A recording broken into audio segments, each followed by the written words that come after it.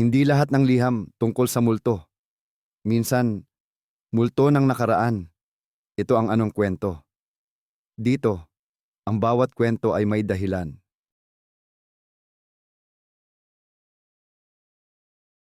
Dear Anong Kwento, ako si Mika, 21 taong gulang. Gusto ko lang ikwento ang nangyari sa amin ng barkada ko, isang summer na hindi ko makakalimutan. Tuwing bakasyon, nagkakasama-sama kami nila Janine, Carla, at Renz para sa annual sleepover. That year, kay Janine kami natulog.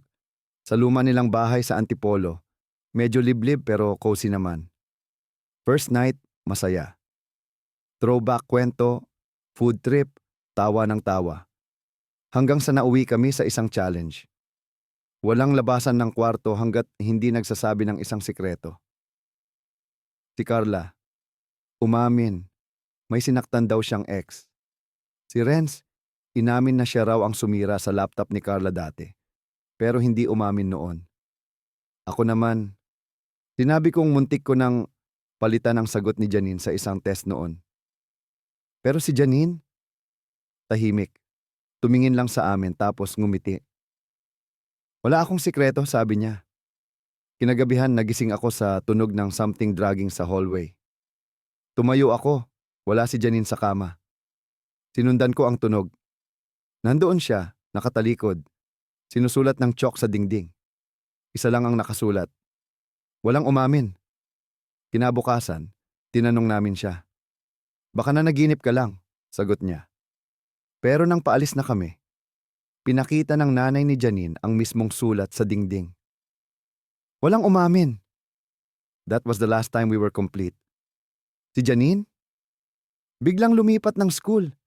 Hindi na rin siya nagparamdam. Mula noon parang may humahabol sa amin. Hindi lang guilt, parang may iba pa. Mika,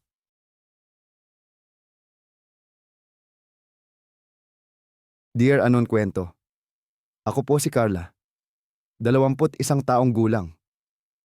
Nabasa ko ang kwento ni Mika tungkol sa huling sleepover namin. At ngayon, gusto ko na ring magsalita.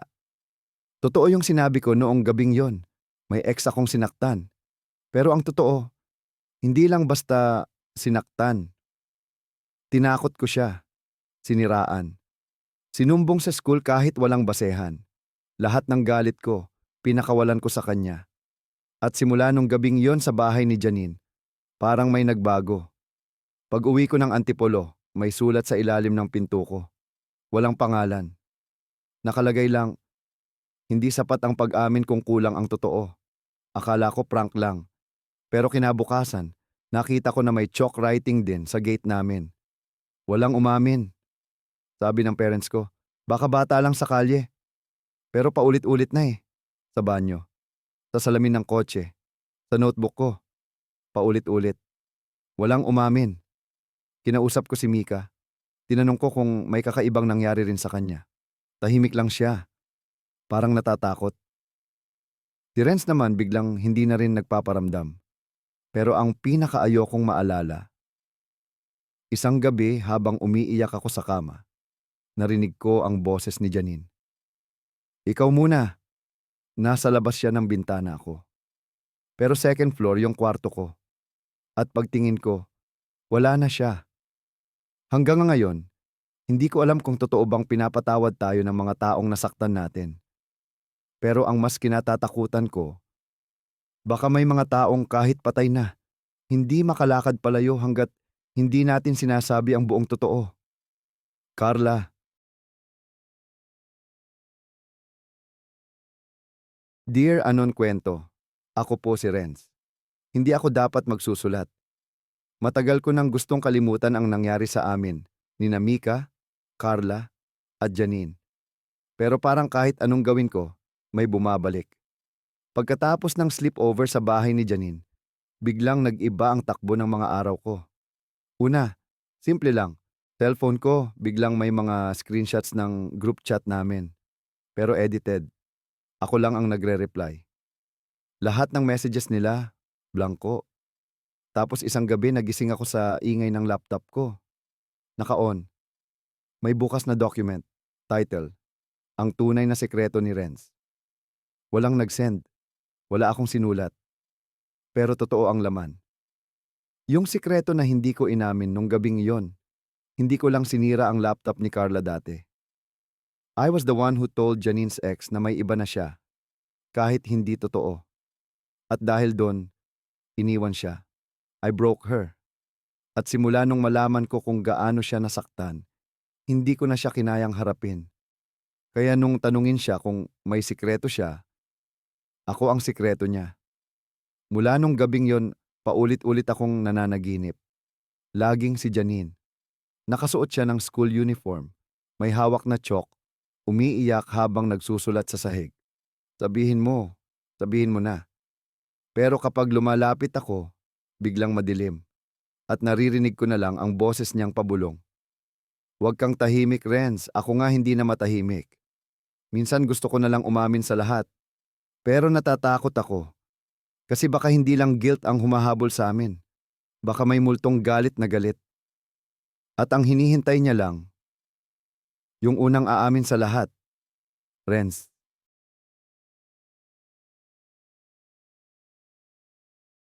Dear Anon Kwento, ako si Janine. Baka hindi na nila ako maalala ng buo.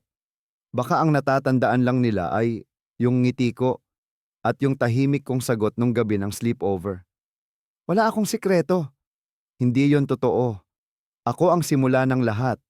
Ako ang unang sinaktan. Ako ang unang nagsinungaling. Pero hindi ako nagsalita kasi akala ko, kung tatahimik ako, titigil na rin sila. Pero habang natutulog sila, gising ako. Gising ang puso ko sa bigat. At nung gabi ring yon, hindi lang ako ang nandun sa hallway. May kasama ako. Nakaputi. Walang mukha. Siya ang nagturo sa akin kung paano isulat ang mga salitang iyon. Walang umamin. At habang sinusulat ko yon, naririnig ko siya. Boses na paulit-ulit sa tenga ko. Isa sa kanila ang nagsimula. Isa ang nagkubli. Isa ang nanahimik. Isa ang nagpatahimik. Wala akong sinabi kina Mika. Wala akong sinabi kay Renz. Kahit kay Carla. Kasi natatakot ako. Baka hindi lang sikreto ang pinaprotektahan ko. Baka kaluluwa na ang kalaban. At ngayong binuksan niyo na ulit ang kwento, hindi na ako sigurado kung ako pa ba ang sumusulat nito. Janine? Dear Anon Kwento, ako ulit to. Mika. Matagal ko nang gustong itapon sa isip ko ang lahat ng nangyari nung huling sleepover namin. Pero pagkatapos ng mga sulat ni na Carla, Renz, at ni Janine, alam kong kailangan kong bumalik. Bumalik ako sa bahay nila Janine. Wala na raw nakatira. Lumipat na ang pamilya nila abroad, sabi ng kapitbahay. Pero ang bahay, naiwan. Luma, madilim. Pero parang hinihintay pa rin kami. Pagpasok ko, wala na yung sulat sa pader. Pero may bakas ng chalk sa sahig. Parang paulit-ulit binura. Umakyat ako sa kwarto. Wala. Pero sa attic, may natagpuan akong kahon. Luma, maalikabok. Nasa loob, may diary. Diary ni Janine. Pero hindi lang siya ang nagsulat. May ibang sulat kamay. Magulo. Parang sulat ng bata. O ng taong hindi na sanay magsulat bilang tao. Entry number 1. Ayaw nilang makinig sa akin. Kaya tinulungan ko siya. Siya ang pumili. Ako ang sumunod. Entry number 2. 3 ang nagsinungaling. 1 ang nagsakripisyo. Pero lahat sila, nagkasala. Entry number 3. Isang gabi pa. Isa pang pagsubok. Pag hindi pa rin sila umamin, aalisin ko na ang boses nila. Entry number 4. Hindi lang ako si Janine. Pagbaba ko may narinig akong tunog. Parang chalk na kumakaluskos sa kahoy. Sa sahig. Sa mismong harapan ko, unti-unting lumitaw ang sulat. Mika, ikaw na ang sunod. Tumakbo ako palabas. Hindi na ako lumingon. Pero hanggang ngayon, ramdam ko pa rin ang alikabok ng attic sa palad ko.